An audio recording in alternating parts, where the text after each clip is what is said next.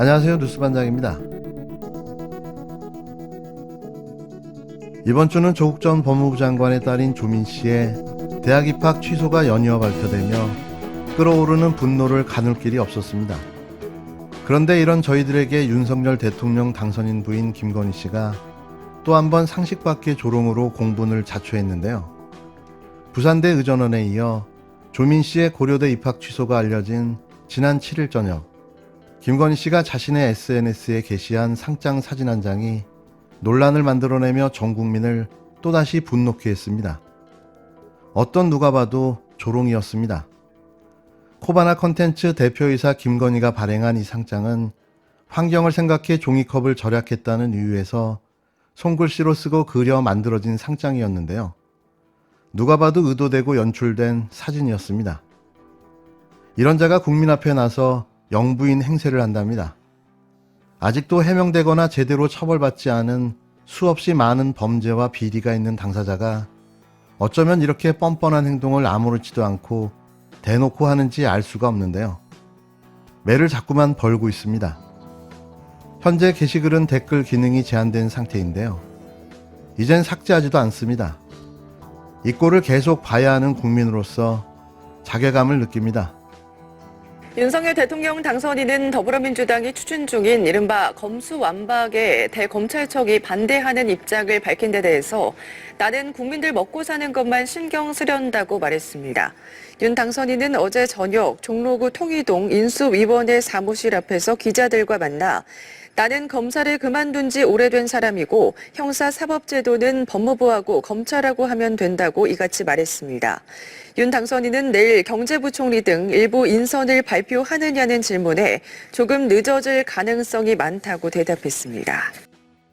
윤석열 대통령 당선인은 더불어민주당이 추진 중인 이른바 검수완박에 대검찰청이 반대한다는 입장을 밝힌 데 대해 이른바 국민들 먹고 사는 것에만 신경 쓰련다라고 말했습니다. 이 말이 선뜻 이해가 가시나요? 그는 지난 대선 기간 사법구현을 위한 정책으로 검찰의 독점적 권한을 확대하는 비대한 권력남용적 공약을 발표했는데요. 이미 그는 검찰에게 막강한 힘을 부여하는 검찰공화국을 선포한 겁니다. 윤 당선인은 8일 저녁 종로구 통이동 인수위 사무실 앞에서 기자들과 만나 나는 검찰을 그만둔 지 오래된 사람이고 형사사법제도는 법무부와 검찰하고 하면 된다며 3인칭 전지적 시점의 발언을 남발했는데요. 속된 말로 유체이탈 화법인 거죠. 그러면서 10일 경제부총리 등 일부 인선을 발표하느냐는 질문에는 조금 늦어질 가능성이 많다고 대답을 회피했습니다. 법무부 검찰은 국민이 안심할 수 있는 안전사회를 실현할 수 있도록 개혁하겠습니다. 검찰의 독립과 정치적 중립성을 더욱 강화하겠습니다. 이를 위해 법무부 장관의 구체적 사건에 대한 수사 지휘권을 폐지하겠습니다. 또한 검찰총장에게 독자적인 예산 편성권을 부여하겠습니다. 지난 2월 14일 윤석열 대통령 당선인의 사법구현을 위한 정책 공약 발표 내용이었는데요.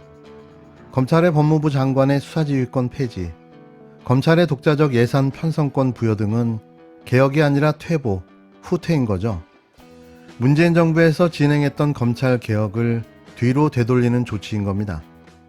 한마디로 정리하면 검찰을 아무런 견제도 받지 않는 독점적 사정기관으로 그 권한을 확대하고 강화하겠다는 내용인데요. 검찰은 이 기조로 지금 움직이고 있는 겁니다. 그래서 검수완박이라는 검찰의 수사와 기소권 분리를 강하게 반발하고 있는 거죠. 그걸 또 모른 척하며 자기는 민생만 챙기겠다니 기가 찰 노릇인 거 아닙니까? 고발 사주 의혹 제보자 조성은 씨가 검찰개혁 법안에 반대하며 집단 행동에 나선 검찰을 향해 윤석열 대통령 당선자가 자초한 것이라고 일침을 가했습니다. 조성은 씨는 9일 페이스북을 통해 민주당 때문에 검수완박이 나온 것이 아니라 윤석열 때문에 검수완박이 나올 수밖에 없었다면서 이같이 말했는데요. 그는 검찰청장 하던 자가 검찰의 정치적 중립을 무너뜨리고 사욕으로 헌법 질서를 망가뜨리고 검찰권을 통치권의 도구로 활용하겠다고 공언한다면 모든 것을 걸고 민주당은 완수해야 한다면서 더불어민주당을 향해서도 검언개혁을 해도 안 해도 없어지나 개혁하면 살아날 길이 있다고 쓴소리를 했습니다. 조 씨는 검수완박을 해도 민주당이 없어지고 안 해도 수사로 없어지는 민주당이니 없어지더라도 개혁을 완수하는 민주당이 되길 바란다며 그러면 살아날 길이 있다고 했는데요. 언론 개혁도 마찬가지라며 조 씨는 지난 5년 동안의 시기처럼 무능하고 무기력하다면 그런 민주당은 그냥 없어지는 게 낫다. 백해무익하다고 했습니다. 조 씨는 그런 민주당은 늦게나마 개혁 불쏘시개라도 사용되고 여차하면 사라지면 반드시 크게 되돌아올 것이라고 덧붙였는데요. 검찰은 민주당이 수사권과 기소권을 분리하는 등의 검찰 개혁 법안을 추진하자 집단 행동에 나섰습니다. 지금부터 들으실 내용의 발언은 윤석열 당선인이 지난달 10일 대통령의 당선을 확정지은 뒤 국회 개표 상황실에서 한 말인데요. 이제 딱 한 달 지났습니다. 그는 그날 아무 생각 없이 외웠던 말을 한 걸까요? 아니면 기억을 못하고 있는 걸까요? 한 달이 지났는데 그의 약속과 다짐은 다 어디로 날아가 버린 걸까요? 한심하다는 말밖에는 할 수가 없습니다. 경카카의 한 달, 불통의 끝판왕이었습니다. 이 과정을 통해서 많은 것을 느끼고 배웠고, 그리고 오늘 이 결과는 위대한 국민의 승리가 아닌가 그렇게 생각을 합니다. 정말 이 선거운동을 하면서 많은 걸 배웠습니다. 그 나라의 리더가 되기 위해서 필요한 게 어떤 건지, 또 국민들의 목소리를 어떻게 경청해야 하는지, 이런 많은 것들을 배웠고, 우리 모두 힘을 합쳐서 우리 국민과 대한민국 위해서 우리 모두 하나가 되어야 한다고 생각합니다. 이제 당선인 신분에서 새 정부를 준비하고 대통령직을 정식으로 맡게 되면 헌법 정신을 존중하고 의회를 존중하고 야당과 협치하면서 국민을 잘 모시도록 하겠습니다.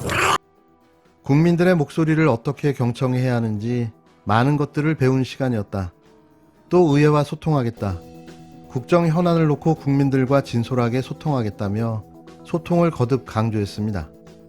그러나 당선 뒤 현안으로 떠오른 대통령 직무실 이전과 관련해서는 국민 여론 수렴이나 합의 절차 없이 독단적 결정을 밀어붙이는 모습만 보여줬는데요.